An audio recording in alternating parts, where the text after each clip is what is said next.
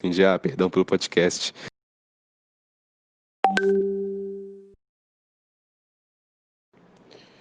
Qual é? Tá boa? Então, deixa eu fazer... Gente, eu acabei de perceber que o fundo do WhatsApp mexe quando a gente mexe junto. Caralho! Mas enfim, dislexia. É mais ou menos sobre isso que eu tô falando, que eu queria falar com você. Apesar da minha vida estar super corrida e aparecendo mil coisas, e eu tá meio enlouquecendo pra fazer tudo, eu ainda tô viajando no rolê do podcast, e aí, vendo os últimos papos que a gente teve, né, as coisas que você tem postado, e também percebendo que eu tô precisando rever algumas coisas pra mim. Pessoais, né, pensamentos, coisas que eu tô precisando dar uma mergulhada. E aí eu falei assim, cara, por que a gente não cria, não usa o nosso podcast para isso, né? Tipo assim, tanto de dar fluxo para as coisas, como um lugar para a gente colocar essas pira nossas, essas noias, medos, angústias e coisas da vida. Ser um lugar de interação entre a gente também, né? Porque eu te amo e gosto muito de estar com você, independente do tempo, o espaço virtual ou presencialmente. E a gente vai costurando isso, né? E aí também cria propostas para como lidar com essa parada. Eu acho que como quando vira um produto, né, você começa a ficar entender mais para onde você vai ou o que você pode fazer a respeito daquilo, né? E aí eu pensei tipo, por que a gente não faz um outro formato, assim, em vez de a gente estar junto gravando a parada, se a gente trocasse uns áudios, assim, eu tô muito com essa pira. Às vezes eu vou falar com as galera, tipo agora, assim, aí eu faço um áudio absurdo, gigantesco, assim, que eu acho que eu fico sem falar com os outros, aí eu começo a falar pra caralho. E aí vira uns podcasts, assim, virou uma frase comum, assim, perdão pelo podcast. Aí eu ia te fazer esse convite, assim, pra gente fazer essas trocas. E aí talvez deixar uma última pira, assim, pra começar a dar o start. Eu tava viajando ontem, tava lavando vasilha. Lembrei de você de novo, né? Toda vez que eu penso com metáforas sobre água, eu acabo lembrando de você e da Áustria. O que eu tava pensando é que aquele negócio que você falou, a cor do seu sentimento hoje tá tipo marrom, né? E aí eu lembrei da torneira do Caverna. No Caverna, você já foi lá? Não sei se você foi lá. Mas o estúdio é no subsolo, né? E aí o encanamento da galeria é meio antigo e tal. E aí toda vez que a gente fica muito tempo sem ir lá, e aí eu vou lá, por exemplo, eu fui lá para pegar umas coisas, trouxe meu carrinho aqui para casa, e aí eu fui lá, e aí primeira vez eu fui lavar a mão, eu lá, abri a torneira, e ela dá aquele e começa a sair água, e aí aquela água podrona, sabe, marrom, bem marrom mesmo, assim, bem suja, nojenta. Aí eu lembrei disso ontem, lembrei já conectando com aquela parada que eu te falei da água represada, né? E aí talvez o que você falou, né, lá no seu post, né, que você fica tanto tempo sem lidar com as coisas, né, quando geralmente é aos sábados que eu choro, né? Porque nos outros dias você tá com, tô trabalhando, tô fazendo coisas da casa, tô resolvendo pautas da vida, e aí não dá tempo de eu conectar com isso. E aí é uma coisa que eu tô sentindo muito também, né, que eu tô tão ocupado fazendo coisas, ou até mesmo com os projetinhos meu pessoal mesmo, e não dá aquele respiro para você se conectar com as coisas que estão aqui dentro, né? E aquilo fica represado, e aí quando sai, né, sai primeiro, igual eu te falei, né, quando você solta, sai muita coisa, meio descontrolado, e sai marrom, sai sujo, né? Sai fedendo, meio podre, assim. E geralmente gera uma repulsa, né? A gente não quer lidar muito com aquilo. Só que o único jeito de resolver isso, pelo menos na questão do encanamento, é deixar a água rolar, sabe? Então tem que deixar a torneira aberta um tempinho lá, a água vai saindo e em algum momento ela começa a sair mais limpa e mais regular, mais constante, assim. Mas eu viajei nisso, né? Que de início, quando você abre, começa a criar esse fluxo, né, que é aquela outra pira que a gente tinha comentado, de que a água tem que fluir para se limpar. Às vezes no comecinho ela vem meio podre mesmo, mas, né, não pode deixar de fluir porque é meio que o único jeito dela se limpar.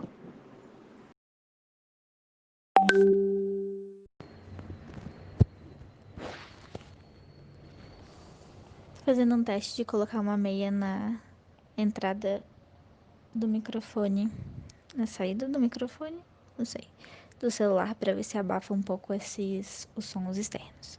Bom, essa semana foi muito interessante, amigo, porque eu tive no sábado eu fiz a postagem falando sobre um pouco sobre a minha vivência na quarentena e aí resolvi marcar uma psiquiatra e achei uma que era próxima a, tipo assim, uma distância que daria para ir a pé e que pudesse atender o mais rápido possível. Consegui marcar para terça-feira o atendimento foi por telefone, depois eu só passei para buscar a receita.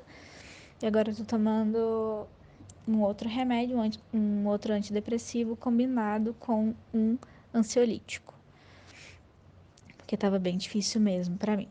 E tenho experimentado essa semana uma coisa nova, que é acordar sem sono, despertar assim e pronta, sabe? Isso tem me motivado bastante, porque mesmo eu tenho sentido assim, minha pressão tem dado uma variada durante o dia, às vezes eu fico mais letárgica e tal, mas sempre essas trocas de remédios, esses remédios me deixavam muito dopadas, assim. Então isso foi bom, foi tão bom que eu peguei para fazer um curso que eu te mandei em abril no seu celular antigo. Eu não sei se você já tinha trocado, porque eu acho que você nunca chegou a me responder essa mensagem. Mas é um curso do Murilo Gun, que chama Reaprendizagem Criativa, tô bem no começo. Mas ele fala sobre os novos moldes do mundo em que a gente vive e que é necessário mudar, porque o roteiro que a gente estava seguindo até agora não funciona mais. Então precisamos nos reconectar com o planeta, precisamos entender mais sobre inteligências e habilidades, automatização de processos e tal. E aí, em uma das aulas, ele fala sobre a sobre a teoria tibetana que chama heresia da separatividade, que eu descobri que você já sabia, que eu lembrei de uma conversa nossa, você já tinha me falado sobre isso, sobre essa ideia de que não somos parte do todo, somos separados, e como isso cria uma impressão de que nós somos superiores, nos desconectam do outro, né, e do planeta e tal. E que também isso abre espaço para a ideia de que a perda do outro pode significar o meu ganho. Então eu posso crescer sozinha e evoluir sozinha, e enquanto isso gera uma mentalidade egoísta, de competitividade, de escassez. Para o lucrar, precisa que alguém perca. Então, alguém tem menos, e essa mentalidade de escassez gera medo. Eu achei muito interessante relembrar isso, porque a gente já conversou chapado sobre isso. E faz cada vez mais sentido, ainda mais em tempos de pandemia, né? Em que a gente precisa que o outro colabore. Tanto se discute sobre economia, sobre girar o consumo, e que é preciso girar a economia, senão isso vai ser um problema maior. Mas como assim, sabe?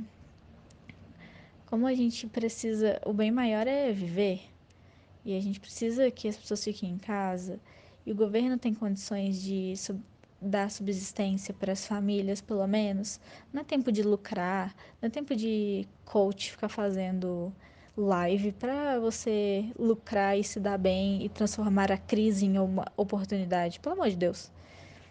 E ontem acabou gerando até essas questões que estão na minha cabeça, gerou uma conversa interessante com a Michelle, porque ela veio me falar sobre o assassinato do George Floyd por um policial americano, que está gerando uma onda de protestos bem agressiva, não fazendo juízo de valor da palavra agressiva. Agressivas, assim, com força, intensidade. As pessoas estão se mobilizando para que não seja mais um caso de violência e de genocídio do povo negro que não vai dar em nada. As pessoas querem justiça, e isso significa punição pro policial. De maneira alguma eu quero que isso passe em branco, e eu não quero soar tilelê, sabe?